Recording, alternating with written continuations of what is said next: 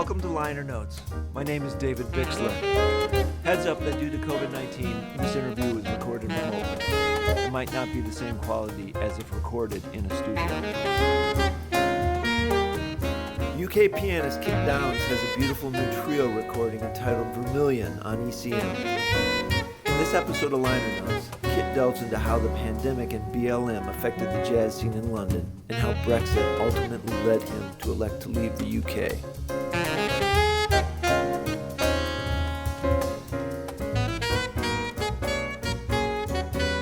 Kit Downes, welcome.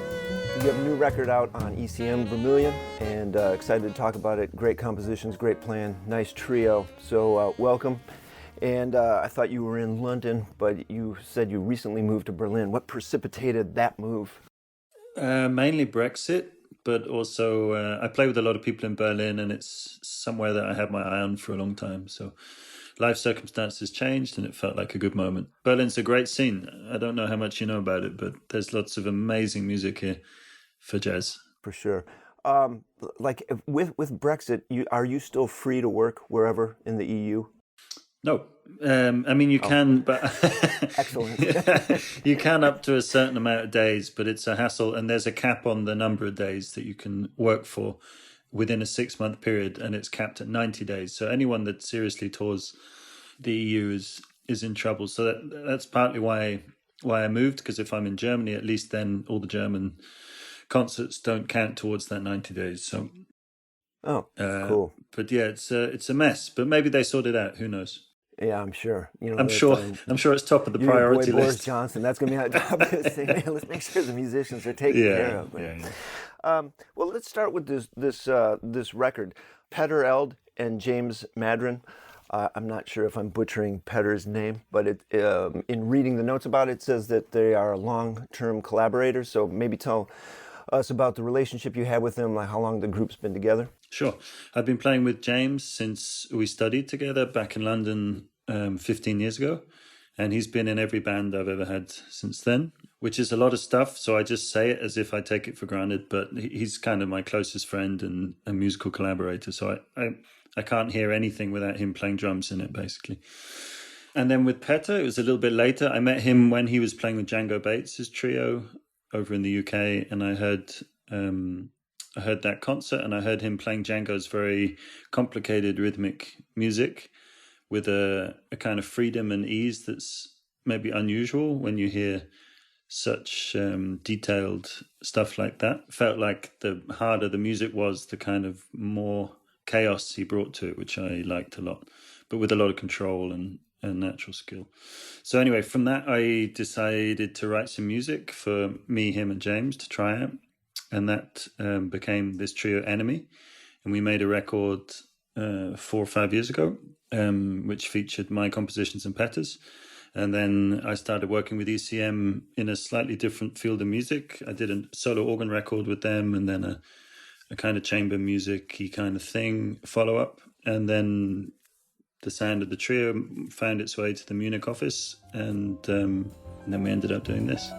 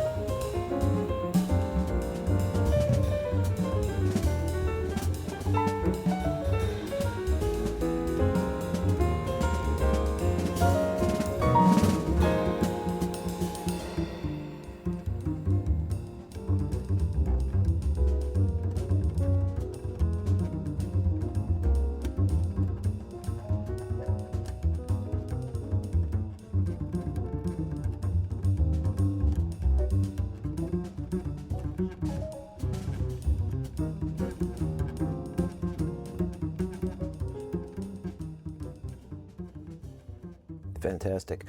Now, was this recorded during lockdown? It was just after, yeah. I mean, it was May last year, so it was when things were just starting to open up again. All right. We weren't sure whether it would be possible, but we sort of managed to make it happen. All right. And then this was recorded in Switzerland, did I read? That's right. So you were able to travel, you were touring, things had opened up a little bit, or yeah, not exactly. so much? We had to go a sneaky way into Switzerland, but I won't say too much about that. That's cool. But I mean, I just to put you at rest, I doubt that anyone that would have anything to do with that is going to be checking this out. It's just a premonition. You never know. Yeah. You never know. Yeah. No, we were in like a van with blacked out windows crossing a border at 1 o'clock in the morning from Italy. But yeah, Nice, it kind of worked out miraculously, and especially because the recording itself had been cancelled like 6 times before that. Not just because of Corona, because of other things. And the original producer, who was Sun Chung, who now no longer works at ECM, was meant to produce the record, and he left, and so Manfred took it over. And there were lots of delays. So this music that we recorded had been ready to record for many, many years. And in fact, by the time it came to the recording, we had like a whole extra album's worth of material on top of the old stuff. So it meant that we could pick from this, I mean, maybe 20 tunes we recorded. And it meant that we could pick just the stuff that fitted together the best and suited the room best. And the room itself was like a concert hall, basically. It wasn't a dry studio. That's why the drums are so quiet, why he's playing brushes so much. We played completely acoustic in the room, no monitors, no separation, first or second takes only, no edits, so it was all very kind of au naturel. It's a beautiful sounding record for sure, like very ECM, very in ECM, that aspect. I mean, it has, it's a thing, and I think your music works really well in there. About the music, I did have a question. The title, there's not a tune entitled Vermillion, so what's the story behind that? It's a little too complicated to go into, but I like leaving it a mystery. Yeah. Okay, all right. And I like one tune that really stuck with me is Cicada. Oh yeah, just super cool. Kind of some very gently presented dissonance.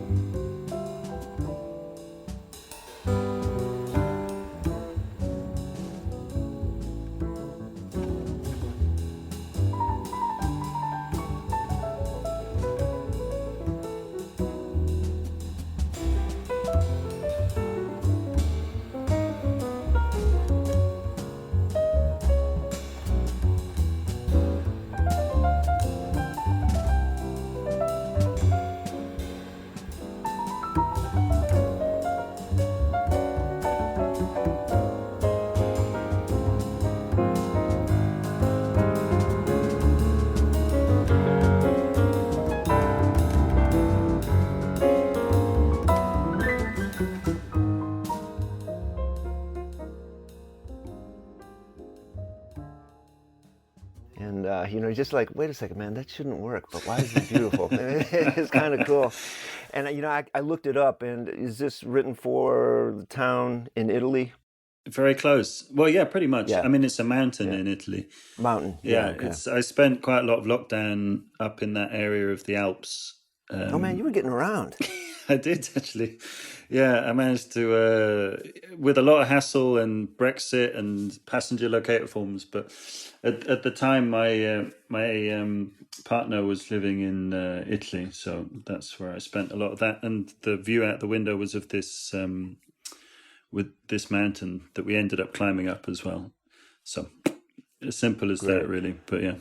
Oh, all right. One of the things that the last couple of years I've been asking everyone, what was like the scene like in the UK? I mean, what were you doing? Composing, practicing, watching Netflix? One thing quickly before I answer that about Sucheda, because you asked about that like easy dissonance thing, and there's kind of a reason for that in that tune. I think you know that this theme happens once over the ostinato at the front, over the riff, and then second it happens over a chord sequence, same theme again, but over a more detailed chord sequence. And the chord sequence is what it was originally written over, and that's where it feels like it belongs. And that is based on the cycle of fifths going in opposite directions. So the upper structure triad goes up cycles of fifths, so C, G, D, blah, blah, blah. And the bass note goes down in fifths, so it sort of goes outwards and then back inwards again. That's why the melody feels like it moves around so much. But it has, because of that inner logic, when you put it over a static kind of riff that's just in one key, it still has a kind of inner logic to it in a way. Mm-hmm. That was that thing. But yeah, Well, I will listen to it again with that knowledge. That was really cool. yeah, I mean, it doesn't matter so much, but it's just fun. The thing about the UK scene, you mean during lockdown or just in general? Yeah, Yeah, during yeah, lockdown. Just like what were you doing like for a year where you couldn't I mean, do anything? there were a lot of streaming gigs and stuff, the same as everywhere else, really. There was a lot of streaming gigs. Everything was a bit more relaxed in the UK after the initial lockdown. UK was always in a rush to kind of get back to normal. Yeah, I read about that, man. Yeah, so we can't we back and forth between like limited numbers at gigs and things. So stuff was still just about happening. We also were lucky in that country where we got money from the government. If it was based on like a percentage of our tax returns, so if you'd been filling out tax returns honestly, then you actually got some money. And luckily I had. So Good for you, man. yeah, so it was a fortunate circumstance compared to a lot of my friends in other countries that had it really rough. But I taught as well a little bit, and yeah, just writing a lot of music, trying to come up with projects that you could do remotely. I mean, everyone became like an amateur expert at mixing and editing and all of that stuff. So trying to learn new skills in that department, I've kind of can now get myself around Logic pretty handy and mix my own live things and stuff like that. Just taking a bit more control over other elements of the music. Gave me 2 years to do that. Yeah, and other than just sort of generally freaking out and changing everything else about my life except music, that's what I kept busy with, yeah. I want to go back to an earlier statement. You've been with ECM for a minute, and you talked about you had a shift in direction. And just reading about your career, you were initially an organist. Mm-hmm. Is this, yeah, correct? And are you still an organist? Yeah, very early. I started organ before piano, and I was sort of an organ scholar for a few years when I was 14, 15. Then I got into jazz, and I completely forgot about organ for about 10 years and disappeared down the rabbit hole of jazz music, which is very easy to do. And then later on, I was trying to find like another outlet for my curiosity with orchestration and sounds and color. But I wasn't that interested in synths. And then that led me back to the organ, but from a different vantage point. I was always interested in improvising on the organ more than learning repertoire in a way. So I sort of came around full circle to it again, but with all this knowledge or with all of this enthusiasm for jazz and for more modern classical music. And that's how I sort of met it when I was around 30 again. And then, 25, sorry. And then that led to sort of collaborative things, trying to put the organ in unlikely contexts with electronics or drums or guitar or bigger bands and things. And that then led to the ECM record.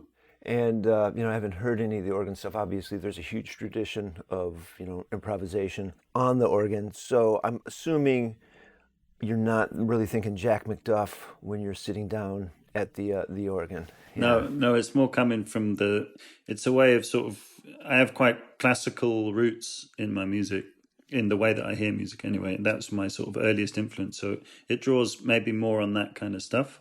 So Messiaen, some French romantic music like Poulenc or Sanson, Okay. things like that. Cool. Yeah, we'll have to check that out. And the other thing I wanted to ask you about is I read that you had injured your hand and had written a bunch of pieces for, what was your left hand? It reminded me of Right hand, yeah. it was your right hand, the pianist that lost his arm in World War One and commissioned Ravel and several other composers. And maybe if you care to, I don't know, maybe this is something you don't want to deal with, but maybe speak about that. Sure. Yeah, I was putting my sock on one day. Sorry for laughing. Be careful. Yeah. Yeah, I put it on a bit too quickly, a bit too enthusiastically, and I think I had tendonitis at the time already. But and I just heard something pop in my middle finger of my left hand, and when I looked at it, I didn't feel anything. But when I looked at it, it was suddenly the very top bit of the sort of top knuckle was bent forward and wouldn't go back. So I'd broken one of the little elastic bands that keeps it in place. There are two either side of the finger, and one had snapped, so it was held out of place. So it meant that I couldn't play on with my left hand I couldn't play with that finger for 2.5 months. And I had to cancel a load of shows, and I was home. It was a little bit like an early warning of lockdown. And because I'm used to creating a lot of stuff all the time, or at least back then I was, the way I dealt with the boredom and the frustration of it was to write a one-handed piece every day for my recovery. So it ended up being 52 days for my right hand, so at least I could keep my right hand in shape. And then I sort of released them on the internet, and then people started. How hard was it to get the other hand back up to again? Speed? It's still not back up to where it was. I mean, the middle finger can't quite do what it did, and it gets stiff when it gets cold and stuff like that. But the good thing was that when I started going back to playing, I still couldn't really use my middle finger for a while, but I sort of learned a technique of playing with the other four that kind of worked. So you always find a way, and that's the great thing about improvising, is that you can find ways around, musical ways around logistical problems. Right. Okay. Obviously, improvisation has been part of music from the inception. Jazz improvisation, jazz is a worldwide music.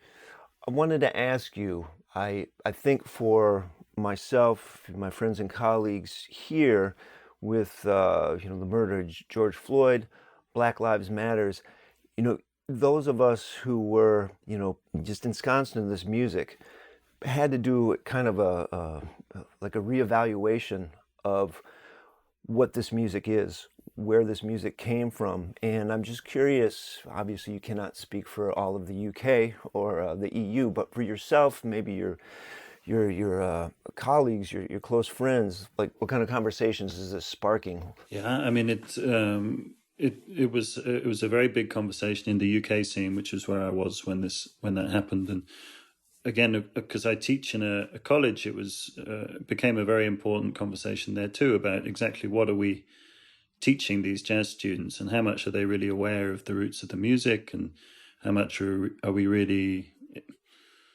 explaining that, and what are we highlighting, and what's important about it, and where is it really being traced to in the minds of the students. So it brought up a huge conversation about that. Also about sort of what's visible in the jazz scene in the UK, and why not, and access to music, and for kids in inner cities, deprived backgrounds. There's a lot of things that got thrown up. I think it's been a really positive debate about it, and a lot has changed. In the college that I work at, in the music education establishment that I work at, a lot has changed since that period. And can I jump in and push you on what exactly has changed? Is it like the curriculum or rep? Yeah, I mean, definitely curriculum. Also, just who's teaching there. The whole body of staff has grown enormously and changed in some places as well. There's just a wider scope now of the whole scene. The whole scene is being represented now in the college, whereas before I don't think it was. It was more of a sort of, friends of friends of friends, and it become a very narrow kind of view of it. So there's just a lot more black teachers now at the academy of a very high level, of course, and it's making a huge impact on the way people are learning the music, of course. And there's a lot more discussion about it. There's now listening classes, there's jazz ethics classes where people talk about issues which are attached to the context of jazz, not just about the music, not just the notes, but the circumstances with which certain things were written, the kind of lives that people led, and everything around jazz that can't be transcribed, So that has changed a lot, and it definitely wasn't like that before. I think it was a lot more on a sort of academic spectrum and about transcription and theory and these things. And I think that's greatly for the benefit of the course. Yeah, and some of the black musicians that I've interviewed for the show, basically said, I've been saying the same thing for 2 decades. It's just now that academia and culture, society in general is listening. Mm-hmm. So I think that's great to hear that it's changing over there. And it also sparked off another sort of very related debate of representation of women in jazz music as well. And that also changed a lot in the UK, in the live scene as well, which is really healthy for everyone. I mean, performers, festivals, audiences, students, teachers as well. It's that feels really positive and very natural, and a very open conversation about it as well, which is positive, Yeah. Cool. So before I let you go, what's next? Is the trio working? You said you play with a lot of people in Germany. Yeah, I've got stuff coming up. I mean, I'm just finding my feet in Berlin because I moved 3 days ago, so I'm still moving all my stuff over, and but touring, just playing with different people, playing with the trio, doing solo concerts, play with Lucia Kadoch, who's based in Berlin, Peter Eld with various projects of his, and just different collaborative stuff. But it's a big period of change. So yeah, the bassist and drummer, are they based in the UK? Peter is in Berlin, but James is in London. Yeah. For the moment, we're trying to bring him over. Gotcha. Right. So need to find his wife a job. That 90-day cap. Yeah. The record just came out a couple weeks ago. Are you touring the record as the trio? Yeah. I mean, later on, because we weren't sure whether things would be open up yet, and things got moved. But in autumn, we're touring, yeah. Okay. And we'll anything in the States? Hopefully make it over to the States next year, I think. That's the plan. Okay, cool. All right. Well, Kit, I appreciate your time, man. Appreciate the music. I wasn't aware of you. I mean, there's so many cats. Great stuff, man. Really thoroughly dug it. Thank you. And appreciate you making the time, amongst the boxes in your new crib. So, be safe, and we will talk to you later, man. Thanks a lot. Take care.